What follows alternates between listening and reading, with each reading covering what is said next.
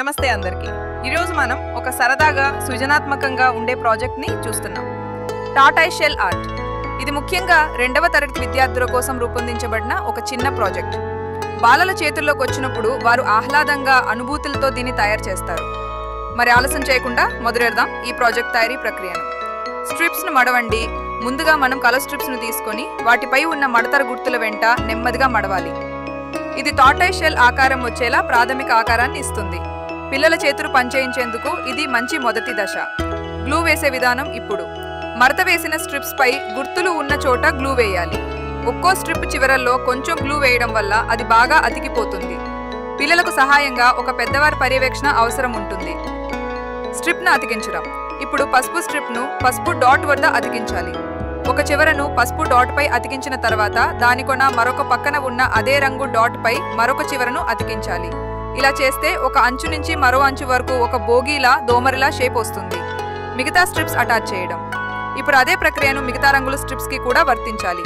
ఒక్కొక్క రంగు డాట్ పై అతికిస్తూ పోతే చివరకు మనం ఒక అందమైన టార్టాయిస్ షెల్ తయారు చేస్తాం. చిరునవ్వుతో పిల్లలు చూసేలా ప్రాజెక్ట్ పూర్తవుతుంది.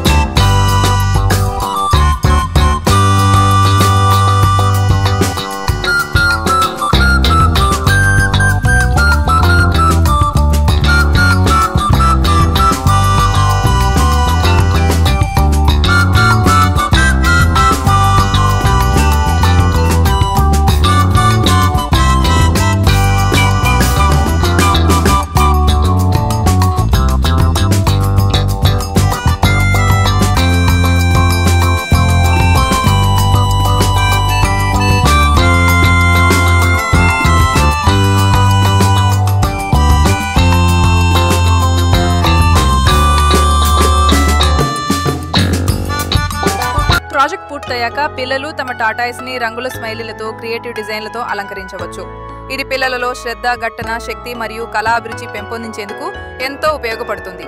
పెద్దలు కూడా వీటిని ఫెయిర్ ప్రాజెక్టుగా స్కూల్ డిస్ప్లేలో పెట్టవచ్చు. ఇలా మన చిన్నారులు ఒక అందమైన టార్టాయిస్ షెల్ ప్రాజెక్ట్ను తయారు చేస్తారు. ఇది వారికి ఒక ఆటలా ఉండే విద్యా అనుభవం. మరి ఇటువంటి ప్రాజెక్ట్స్ కోసం మా ఛానల్ను సబ్స్క్రైబ్ చేయండి, లైక్ చేయండి, షేర్ చేయండి.